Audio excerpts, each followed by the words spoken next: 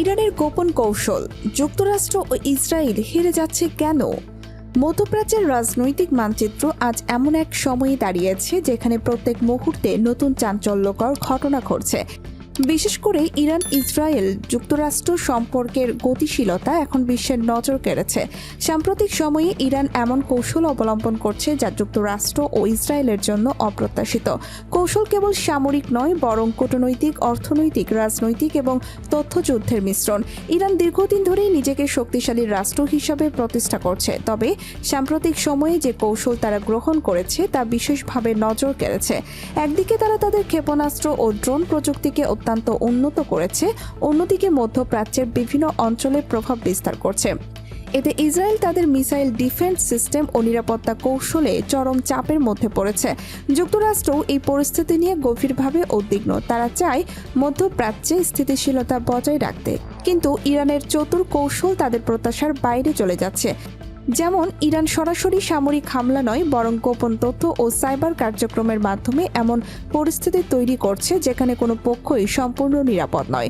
এই ধরনের কৌশল বিশ্বের বড় শক্তির জন্য চ্যালেঞ্জ হয়ে দাঁড়িয়েছে।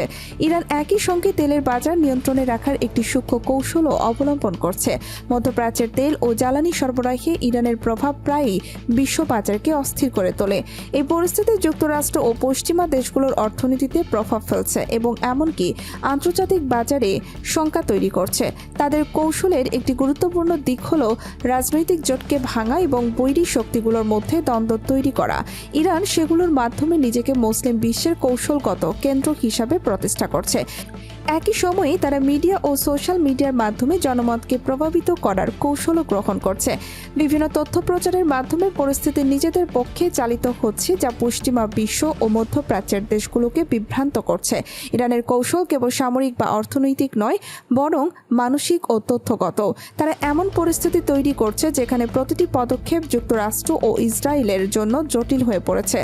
যুক্তরাষ্ট্র ও ইসরায়েল পরিস্থিতি মোকাবেলায় নানা কৌশল অবলম্বন করছে, কিন্তু ইরানের সুনিপুণ পরিকল্পনা তাদের প্রতিটি পদক্ষেপকে চ্যালেঞ্জিং করে তুলছে।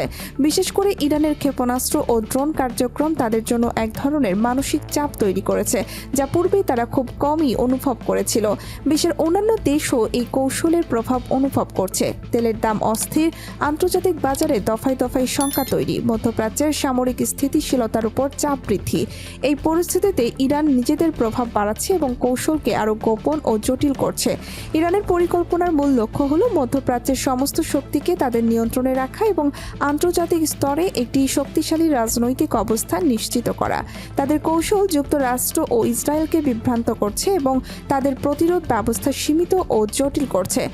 বর্তমানে যুক্তরাষ্ট্র ও ইসরায়েল সরাসরি মোকাবেলার পাশাপাশি দীর্ঘমেয়াদী কূটনৈতিক ও অর্থনৈতিক চাপের মধ্যে পড়েছে। এটি অত্যন্ত সূক্ষ্ম এবং ধীরগতির কৌশল, যার প্রভাব দীর্ঘমেয়াদী ও ব্যাপক।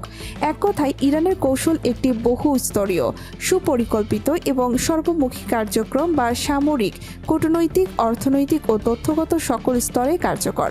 ইরানের এই কৌশল দেখায় কিভাবে আধুনিক যুদ্ধ শুধুমাত্র অস্ত্রের লড়াই নয়, বরং তথ্য, অর্থনীতি, কূটনীতি এবং মানসিক প্রভাবের মাধ্যমে পরিচালিত হয়। এমন জটিল কৌশলের কাছে বড় শক্তিও প্রায় হেরে যেতে পারে। এই পরিস্থিতি আমাদের শেখায় বিশ্ব রাজনীতির প্রতিটি পদক্ষেপ কতটা সূক্ষ্ম, জটিল এবং গুরুত্বপূর্ণ।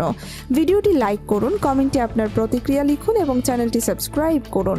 সর্বশেষ রাজনৈতিক আপডেট, গুরুত্বপূর্ণ স্কিপ নিউজ এবং সরাসরি ভিডিও আপডেট পেতে আমাদের সঙ্গে থাকুন।